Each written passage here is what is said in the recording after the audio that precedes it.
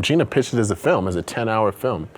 So yeah, on set, wait, she would not let us say, okay, in this episode, no, it's Right. not. It's hour. It's hour. It's hour two. Because Right. it was a 10-hour movie. Yeah. Anyway, So we're not allowed to say episodes, but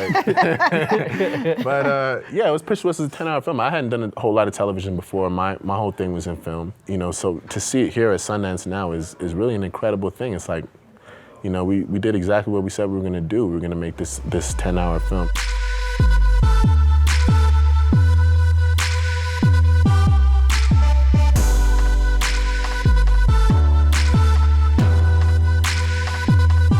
The synchronicity of the timing was chilling at times on set.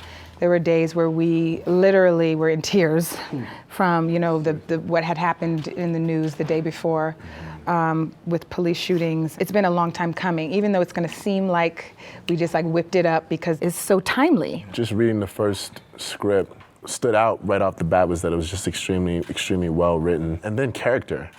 I looked at Preston Terry as, you know, somebody who really hasn't been seen on television or film for that matter. You know, a young African-American prosecutor from the Department of Justice with, you know, so much on his plate. So for me, that was an opportunity to do something that had never been done before. And it's amazing that, you know, Gina and Reggie trusted me with that character. So it means a lot to me. When they first brought me the idea for the script, back then it was called Indictment. Mm-hmm. Yeah. I remember I was in a weird place where I didn't even know if I was gonna act again. If I was gonna act, if I wanted to do anything, it had to mean something to me or something that would eventually become bigger than me. As soon as she sent me the script, I didn't even have to say anything that was on my mind. Everything was right there on the paper. It just resonated right off the paper. One of the best things that we've done with this show is that there's no clear-cut good guy, there's no clear-cut bad guy. Everybody's gray.